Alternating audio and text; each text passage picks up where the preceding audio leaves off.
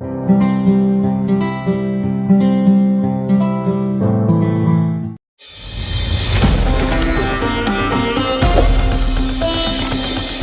जून रविवार, दिन भर सुन रहे सभी श्रोताओं को संदीप सोनी का नमस्कार।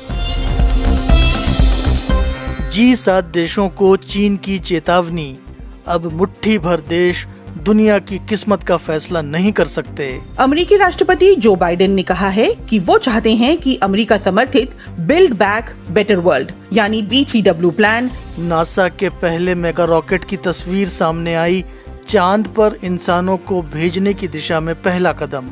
आर्टेमिस 3 साल 1972 में चांद पर अपोलो 17 की लैंडिंग के बाद पहला मिशन होगा जिसमें इंसान फिर से चांद पर कदम रखेगा। ये अगले कुछ सालों में लॉन्च किया जाएगा।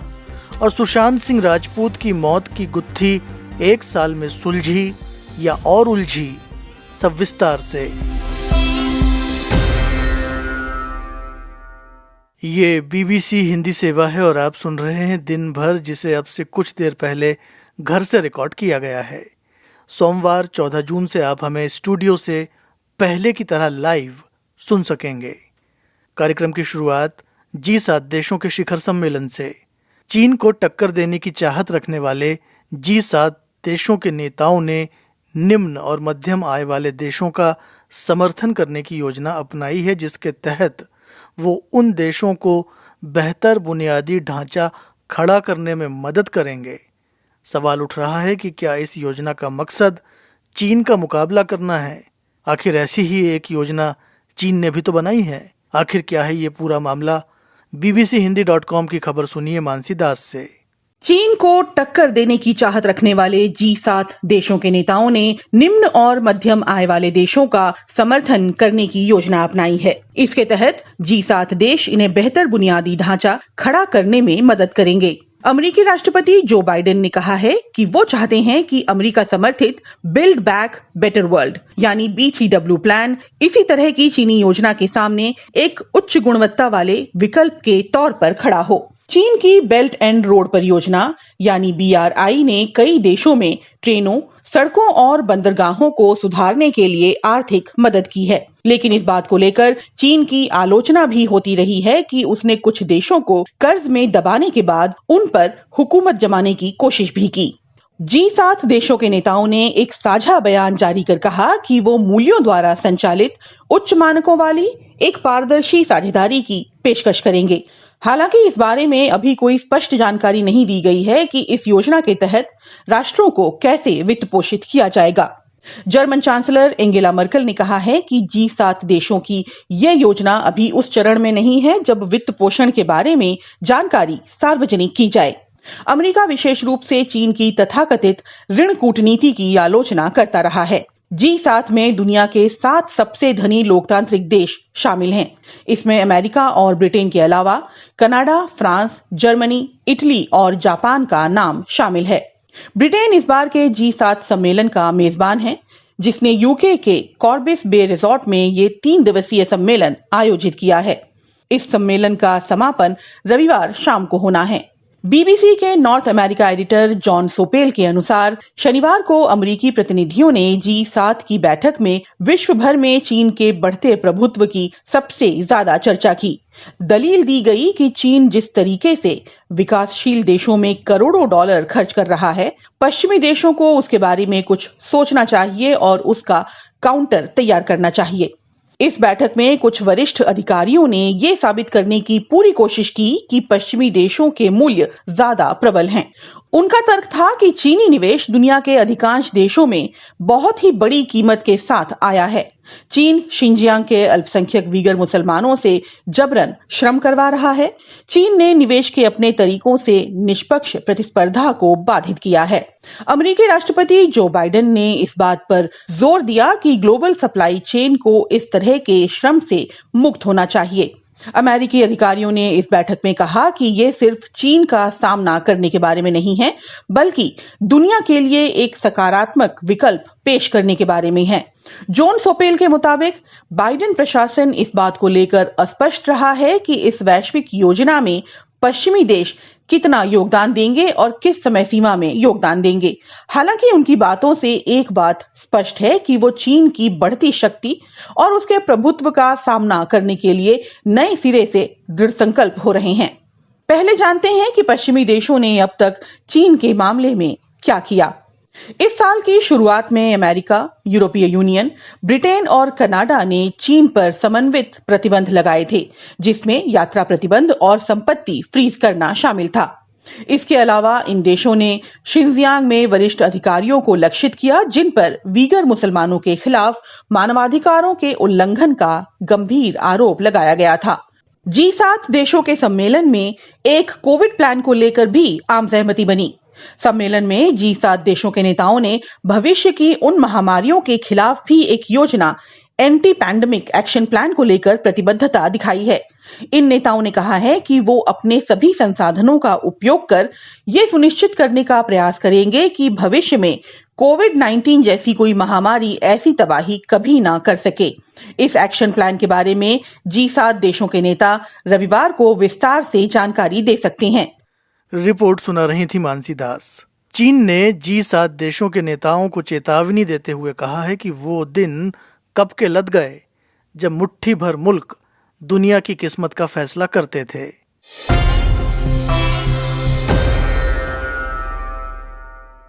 अमेरिकी अंतरिक्ष एजेंसी नासा ने स्टैच्यू ऑफ लिबर्टी से भी ऊंचे उस रॉकेट को तैयार कर लिया है जो इंसानों को चांद पर ले जाने के इरादे से बनाया गया है।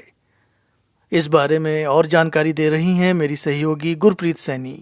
नासा ने अपने पहले शक्तिशाली स्पेस लॉन्च सिस्टम SLS के रॉकेट को तैयार कर लिया है। ये रॉकेट इसी दशक के भीतर चांद पर इंसानों को ले जाएगा। शुक्रवार को फ्लोरिडा के केनेडी स्पेस सेंटर में इंजीनियरों ने रॉकेट के 65 मीटर ऊंचे मूल हिस्से को 2 छोटे बूस्टर रॉकेट के बीच फिट किया। ये पहली बार है जब इस विशाल रॉकेट के तीनों हिस्सों को लॉन्च कॉन्फ़िगरेशन में स्थापित किया गया है। नासा इस साल SLS को उसकी पहली उड़ान पर भेजेगा। इस मिशन को आर्टेमिस 1 नाम दिया गया है। इसके तहत SLS अमेरिका की अगली पीढ़ी के क्रू व्हीकल ओरियन को चांद की तरफ लेकर जाएगा। हालांकि पहली उड़ान में इंसानों को नहीं भेजा जाएगा।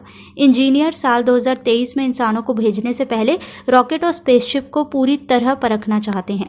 SLS में एक विशाल कोर स्टेज है जिसमें प्रोपेलेंट टैंक और 4 शक्तिशाली इंजन हैं। इसके दोनों तरफ 2 54 मीटर लंबे सॉलिड रॉकेट बूस्टर हैं।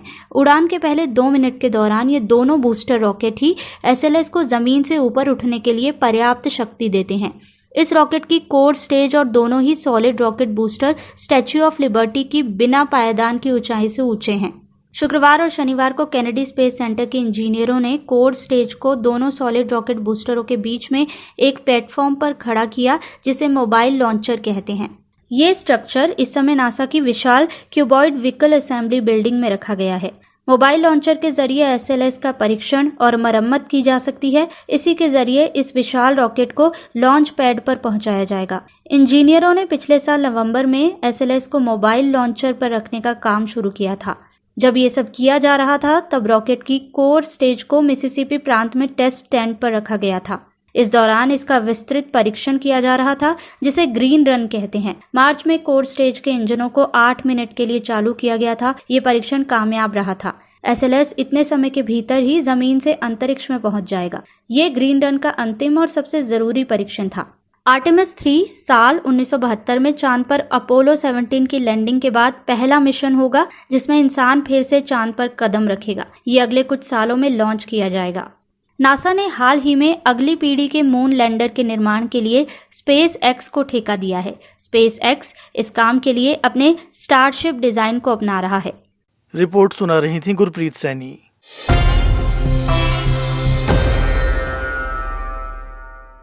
सुप्रीम कोर्ट की ओर से राष्ट्रद्रोह कानून के दायरे को सीमित करने के बाद अभी एक पखवाड़ा भी नहीं बीता है और लक्षद्वीप के प्रशासन ने टीवी बहस के दौरान की गई एक फिल्म निर्माता की टिप्पणी पर इसी कानून के तहत मुकदमा दर्ज कर लिया है।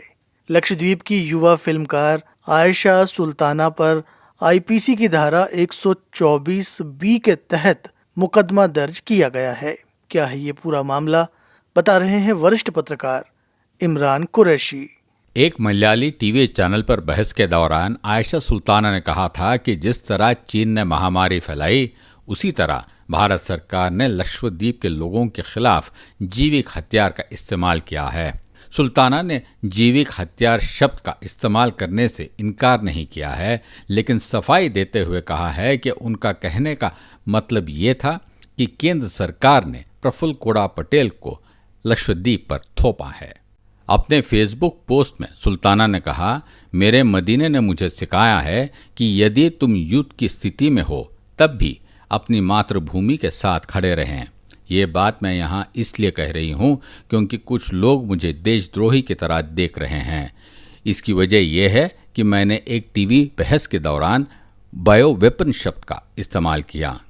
सब ये जानते हैं कि मैंने उन शब्दों का इस्तेमाल सिर्फ प्रफुल्ल पटेल के लिए किया था। सुल्ताना इस मुद्दे पर बीबीसी के सवालों का जवाब देने के लिए उपलब्ध नहीं हो सकी। लेकिन लक्षद्वीप से राष्ट्रवादी कांग्रेस पार्टी के सांसद मोहम्मद फैजल ने बीबीसी से कहा, मैं भी चैनल की उस चर्चा में शामिल था। हम प्रफुल्ल कोड़ा पटेल के उठाए कदमों पर चर्चा कर रहे थे जब सुल्ताना ने बायो वेपन शब्द का इस्तेमाल किया। चर्चा में शामिल बीजेपी के प्रतिनिधि ने सुल्ताना को अपनी बात पूरी तरह से रखने का मौका ही नहीं दिया। सुल्ताना ये समझा ही नहीं पाई कि उन्होंने ये शब्द क्यों इस्तेमाल किया। फैजल ने कहा, वो प्रफुल्ल कोड़ा पटेल पर लक्षद्वीप के क्वारंटाइन नियमों की ढील देने का आरोप लगा रही थी। पटेल के ऐसे करने के बाद ही लक्षद्वीप में कोरोना फैला था। बीजेपी के नेताओं ने इस मौके का इस्तेमाल द्वीप पर डर फैलाने के लिए किया है ताकि प्रदर्शन समाप्त हो जाए। उनका इरादा यही है। सुप्रीम कोर्ट ने स्पष्ट किया है कि किसी बयान को देशद्रोह नहीं माना जा सकता है।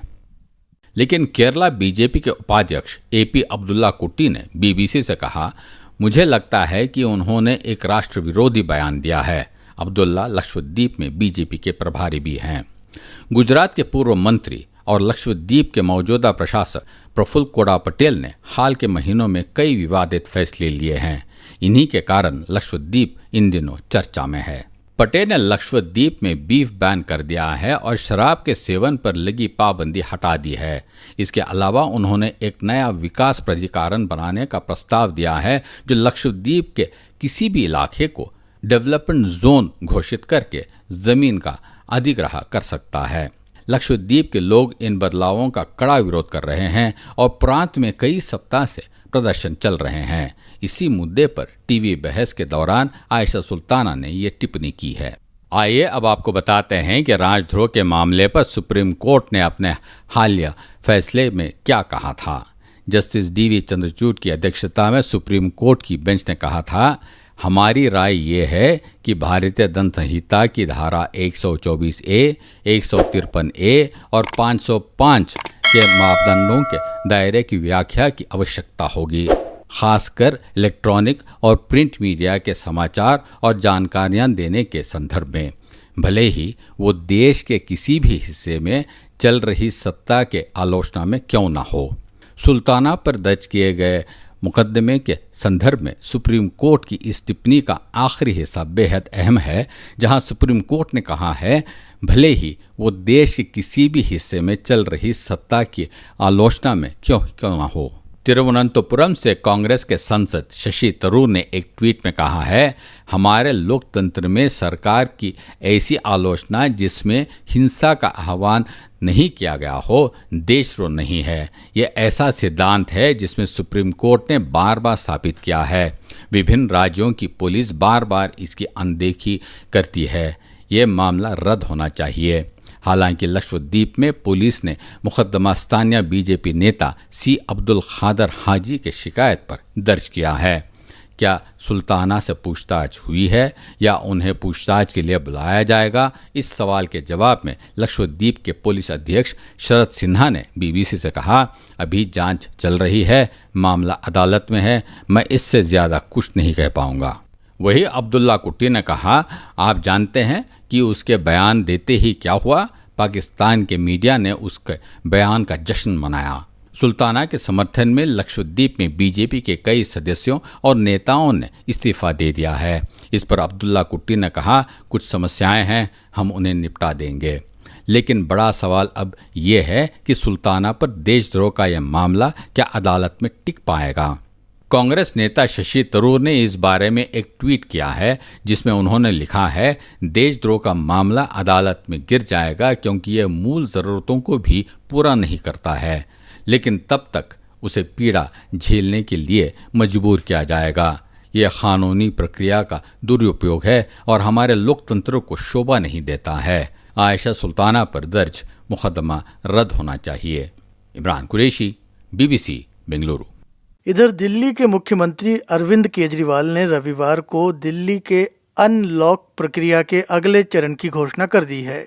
उन्होंने बताया कि अनलॉक की इस प्रक्रिया को 1 हफ्ते के ट्रायल के आधार पर शुरू किया जा रहा है और अगर इस दौरान कोरोना संक्रमण के मामले बढ़ते हैं तो दोबारा कड़े कदम उठाए जा सकते हैं। आइए जानते हैं भारत की राजधानी दिल्ली में सोमवार से क्या क्या खुल रहा है और क्या क्या है जो अभी भी बंद रहेगा। सारे स्कूल बंद रहेंगे, कॉलेज बंद रहेंगे, एजुकेशनल इंस्टीट्यूशंस बंद रहेंगे, कोचिंग इंस्टीट्यूशंस बंद रहेंगे।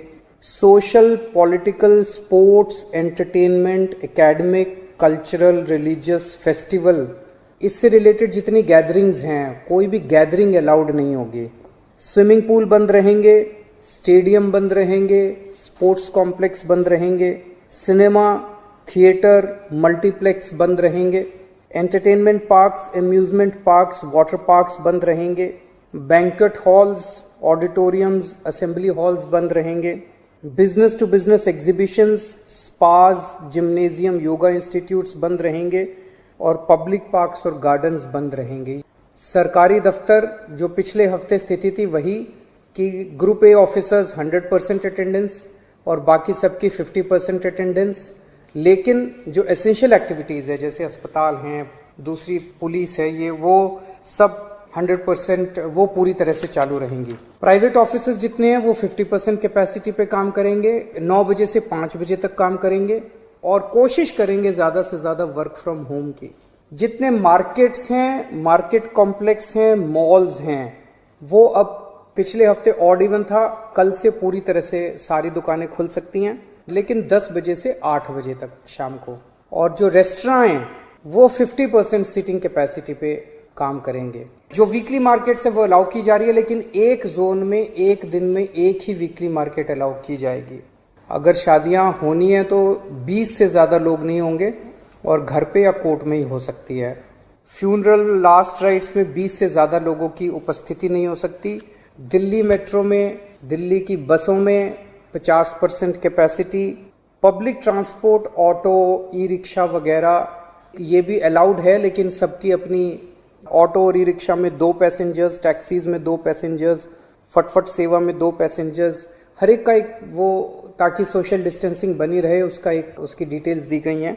और रिलीजियस प्लेसेस खोले जा रहे हैं पर विजिटर्स अभी फिलहाल अलाउड नहीं होंगे। ये थे दिल्ली के मुख्यमंत्री अरविंद केजरीवाल।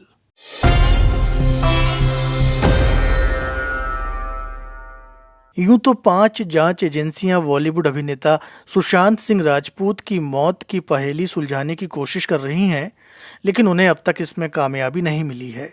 34 साल के सुशांत सिंह राजपूत 14 जून साल 2020 में, यानी कि 1 साल पहले, मुंबई में अपने फ्लैट में मृत पाए गए थे। Mumbai police, Bihar police, CBI, narcotics control bureau और प्रवर्तन निदेशालय, ये वो 5 एजेंसियां हैं जिन्होंने अब तक सुशांत सिंह राजपूत की मौत की जांच की है, लेकिन अब तक ये नहीं पता चल पाया कि ये आत्महत्या का मामला था या नहीं। bbchindi.com की रिपोर्ट सुनिए नवीन नेगी की जुबानी। मुंबई पुलिस की प्राथमिक जांच में ये पाया गया था कि सुशांत ने आत्महत्या की थी। वहीं CBI ने अब तक ये नहीं बताया है कि उनकी जांच का क्या नतीजा निकला। नारकोटिक्स कंट्रोल ब्यूरो इस मामले में बॉलीवुड में सक्रिय ड्रग सिंडिकेट के पहलू की जांच कर रहा है। वहीं प्रवर्तन निदेशालय को अब तक पैसे की हेराफेरी का कोई सबूत नहीं मिला है। ऐसे में सवाल ये है कि इन जांच एजेंसियों ने अपनी तफ्तीश को किस दिशा में आगे बढ़ाया। इस जांच में अब तक क्या प्रगति हुई है, आइए समझने की कोशिश करते हैं। CBI इस वक्त इस बात की तफ्तीश कर रही है कि सुशांत सिंह राजपूत ने अपनी जान खुद ही ली या फिर उनकी हत्या की गई। CBI को सुशांत केस की जांच करने का जिम्मा सुप्रीम कोर्ट ने सौंपा था। इस बात को भी 10 महीने बीत चुके हैं। महाराष्ट्र के पूर्व गृह मंत्री अनिल देशमुख लगातार ये मांग करते रहे हैं कि सुशांत केस से जुड़ी सीबीआई की जांच रिपोर्ट को सार्वजनिक किया जाए। सीबीआई ने इस मामले में बॉलीवुड अभिनेत्री और सुशांत की गर्लफ्रेंड रही रिया चक्रवर्ती, सुशांत के दोस्त सिद्धार्थ पिठानी, उनके रसोइये नीरज और दीपेश सावंत के बयान लिए हैं। सीबीआई ने इस बात का पता लगाने के लिए एक समिति बनाई थी कि क्या सुशांत की हत्या की गई थी। इस समिति की अगुवाई दिल्ली के एम्स अस्पताल के फॉरेंसिक विभाग के प्रमुख डॉक्टर सुधीर गुप्ता कर रहे थे। सुशांत के घर पर क्राइम सीन को रिक्रिएट किया गया था। डॉक्टर सुधीर गुप्ता ने अपनी रिपोर्ट सितंबर 2020 में ही सीबीआई को सौंप दी थी। मीडिया से बात करते हुए डॉक्टर सुधीर गुप्ता ने कहा था कि सुशांत ने खुद को फांसी लटकाकर जान दी। ये मामला खुदकुशी का है, उनके शरीर पर कोई और निशान नहीं मिला है। इस बीच बीजेपी के सांसद सुब्रमण्यम स्वामी ने इस केस के बारे में प्रधानमंत्री कार्यालय से जानकारी मांगी थी। सीबीआई ने उन्हें बताया कि इस केस की तफ्तीश चल रही है और मामले के हर पहलू पर विचार किया जा रहा है। सीबीआई ने कहा था, इस मामले की पड़ताल में सबसे उन्नत तकनीक का इस्तेमाल किया जा रहा है। हम जब्त किए गए इलेक्ट्रॉनिक उपकरणों से आंकड़े जुटा रहे हैं। वरिष्ठ पुलिस अधिकारियों ने तमाम जगहों पर जाकर भी पड़ताल की है। ये पहली और आखिरी दफा था जब सीबीआई ने आधिकारिक रूप से सुशांत केस की जांच की जानकारी दी थी। तब भी सीबीआई ने अपनी जांच के निष्कर्ष के बारे में कुछ नहीं कहा था। सुशांत के परिवार ने आरोप लगाया था कि रिया चक्रवर्ती ने सुशांत के बैंक खातों से 15 करोड़ रुपए चुपके से निकाल लिए थे। प्रवर्तन निदेशालय यानी ईडी ने इस केस में prevention of money laundering act यानी PMLA के तहत पड़ताल शुरू की। रिया चक्रवर्ती से ईडी ने 7 अगस्त 2020 को पूछताछ की थी। रिया की मैनेजर और सुशांत के पूर्व हाउस मैनेजर को भी प्रवर्तन निदेशालय ने पूछताछ के लिए बुलाया था। ईडी के अधिकारियों का मानना है कि सुशांत के बैंक खातों और रिया या उनके परिवार के सदस्यों के बैंक खातों के बीच कोई लेन देन नहीं हुआ था। रिया चक्रवर्ती के मोबाइल फोन की जांच करते हुए प्रवर्तन निदेशालय ने कहा था कि उसे ड्रग्स के बारे में हुई बातचीत का पता चला है। इसके चलते सुशांत केस की तफ्तीश में नारकोटिक्स कंट्रोल ब्यूरो यानी NCB भी शामिल हो गई। NCB ने रिया चक्रवर्ती को 8 सितंबर 2020 को गिरफ्तार कर लिया था। अदालत में पेश किए गए अपने हलफनामे में नारकोटिक्स कंट्रोल ब्यूरो ने कहा था, रिया ने ड्रग्स खरीदे थे। उसने सुशांत की आदतों पर पर्दा डालने की कोशिश की थी। उसकी व्हाट्सएप चैट से ये बात बिल्कुल साफ है कि वो ड्रग्स की आपूर्ति के रैकेट से जुड़ी हुई थी। अक्टूबर 2020 में रिया को बॉम्बे हाई कोर्ट से जमानत मिल गई थी। नारकोटिक्स कंट्रोल ब्यूरो सुशांत की मौत से जुड़े ड्रग्स के मामले में अब तक 30 से ज्यादा लोगों को गिरफ्तार कर चुका है। गिरफ्तार किए गए लोगों में रिया के भाई शौविक भी शामिल हैं। शौविक को भी बाद में रिहा कर दिया गया था। इस बीच NCB ने इस साल 26 मई को सुशांत के फ्लैट में रहने वाले सिद्धार्थ पीठानी को गिरफ्तार कर लिया था। सिद्धार्थ पीठानी की गिरफ्तारी महत्वपूर्ण कही जा रही है क्योंकि जब सुशांत की मौत हुई थी, कहा जाता है कि उस वक्त सिद्धार्थ सुशांत के फ्लैट में ही मौजूद थे। इस केस में NCB अब तक दीपिका पादुकोण, रकुल प्रीत सिंह, सारा अली खान, श्रद्धा कपूर जैसी अभिनेत्रियों और अभिनेता अर्जुन कपूर से भी सवाल जवाब कर चुकी है, लेकिन अब तक इस बात की जानकारी नहीं मिल सकी है कि इन बॉलीवुड सितारों से किस बारे में सवाल जवाब किए गए या फिर इनके ऊपर आरोप क्या हैं। सुशांत की मौत एक हाई प्रोफाइल मामला था, लेकिन सुशांत ने अपने पीछे कोई सुसाइड नोट नहीं छोड़ा था। मुंबई पुलिस के उप आयुक्त अभिषेक त्रिमुखे ने पहले कहा था कि पोस्टमार्टम रिपोर्ट के मुताबिक सुशांत की मौत लटकने के कारण दम घुटने से हुई थी। 27 जुलाई 2020 को फॉरेंसिक लैब ने भी मुंबई पुलिस को एक रिपोर्ट सौंपी थी। फॉरेंसिक लैब की इस रिपोर्ट में इस बात का जिक्र था कि यह हत्या का मामला नहीं है। सुशांत के विसरा के नमूने में भी कोई नुकसानदेह केमिकल या ड्रग नहीं मिले थे। सुशांत के गले के इर्द गिर्द कपड़ों के कुछ रेशे जरूर पाए गए थे। मुंबई पुलिस ने उस कपड़े को सुशांत के फ्लैट से जब्त किया था। फॉरेंसिक अधिकारियों ने कहा था ये कपड़ा 200 किलो तक का वजन बर्दाश्त कर सकता था। सुशांत के परिवार ने मुंबई पुलिस की तफ्तीश पर सवाल उठाए थे और उन्होंने बिहार पुलिस के पास सुशांत की मौत से जुड़ी एक नई शिकायत दर्ज कराई थी। सुशांत के परिवार के आरोपों से उनकी मौत के केस में राजनीतिक मोड़ भी आ गया था। ये मामला बिहार में विधानसभा चुनाव से ठीक पहले उछला था। स्थानीय स्तर से लेकर राजधानी तक यह मुद्दा राजनीतिक आरोप प्रत्यारोप की वजह बन गया था। बिहार पुलिस की एक टीम मामले की जांच के लिए मुंबई पहुंची थी। इस मामले में बिहार पुलिस के जांच करने के अधिकार पर सवाल उठे और मुंबई गई बिहार पुलिस की टीम के साथ कई नाटकीय मंजर भी देखने को मिले। इसके चलते बिहार और महाराष्ट्र के बीच काफ़ी जुबानी जंग भी हुई थी। तो भले ही सुशांत सिंह राजपूत की मौत की जांच में 5 एजेंसियां शामिल हो चुकी हों, पर अभी भी ये राज बना ही हुआ है कि सुशांत ने खुदकुशी की या नहीं। चूंकि अब ये केस सीबीआई के पास है, तो सुशांत के फैन और दूसरे लोग इस केस में सीबीआई के बयान का इंतजार कर रहे हैं। रिपोर्ट सुना रहे थे नवीन नेगी।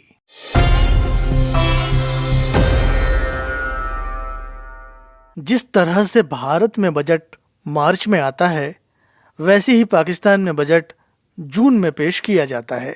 पता नहीं आपने ये बात कभी गौर की या नहीं, बजट आमतौर पर हम में से कितने लोगों को समझ में आता है, और अक्सर हम वही समझ पाते हैं जो अर्थशास्त्री हमें समझाते हैं।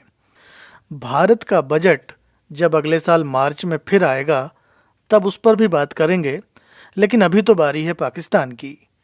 पाकिस्तान के बजट के बहाने सुनिए वरिष्ठ पत्रकार वस्तुल्लाह खान की ये साप्ताहिक डायरी। अगर कोई फ़र्क है तो बस इतना कि आपका नेशनल बजट मार्च में आता है, हमारा जून में।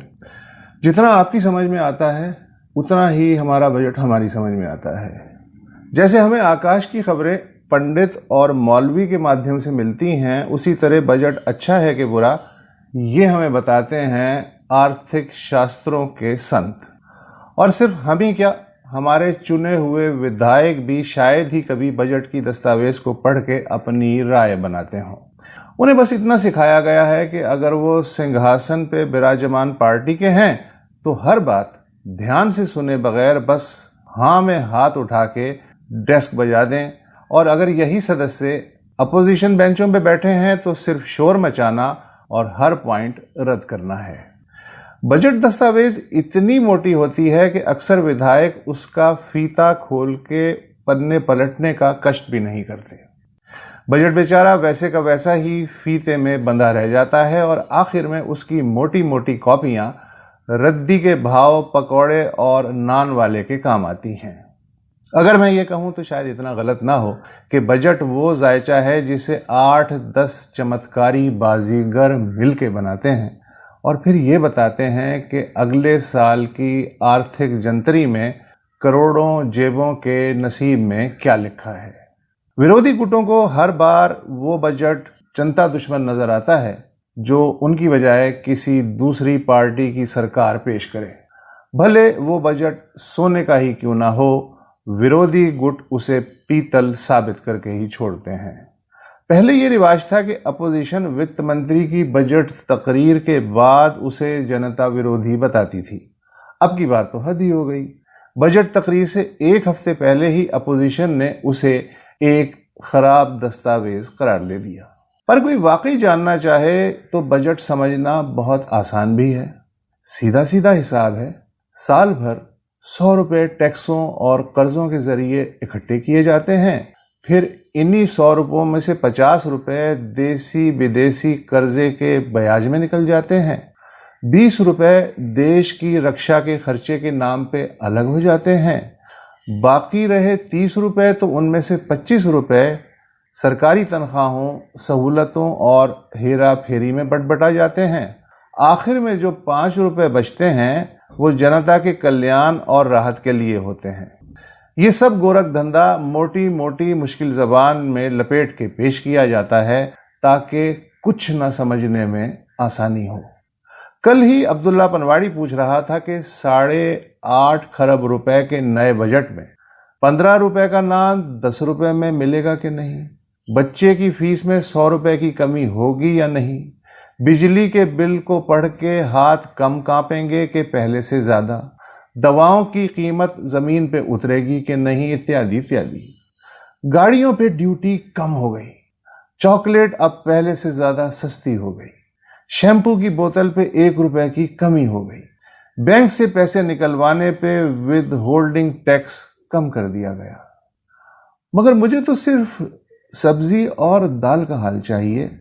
आयात और निर्यात की फारसी क्या है, ट्रिकल डाउन इफेक्ट किसे कहते हैं, मेरी बला से। ये थे कराची से वरिष्ठ पत्रकार वस्तुल्लाह खान। इसके साथ ही दिन भर को यहीं देंगे विराम। कार्यक्रम का तकनीकी पक्ष संभाला रविशंकर कुमार ने। सोमवार से स्टूडियो से सुनना न भूलें लाइव कार्यक्रम हर शाम 7:30 से 8 बजे तक bbchehindy.com पर, BBC हिंदी के फेसबुक पन्ने पर और BBC हिंदी के YouTube चैनल पर भी। आने वाले दिनों में हमारे पुराने साथी फैसल मोहम्मद अली भी होंगे आपके साथ। संदीप सोनी को अब दीजिए इजाजत। शुभ रात्रि।